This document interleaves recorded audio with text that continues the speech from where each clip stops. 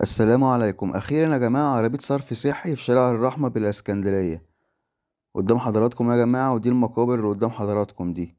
وهنا يا جماعه كان الشارع ده بيغرق من ميه بسبب الامطار وكده، واي جنازه بتيجي الناس ما بتعرفش تمشي، فانا بنشكر الساده المسؤولين يا جماعه.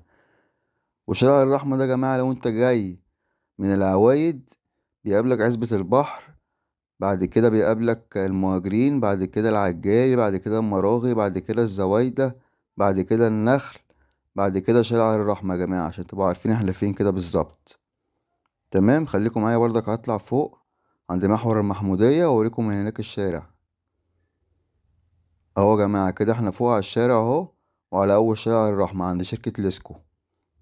فنتمنى ان شاء الله يا جماعة نشوف عربيات الصرف الصحي دي في كل مناطق الاسكندرية بإذن الله. سلام، ومتنسوش اللايك بتاعكم الجميل والاشتراك وتفعيل جرس الكل عشان يوصلك كل جديد. سلام، واشوف حضراتكم على خير.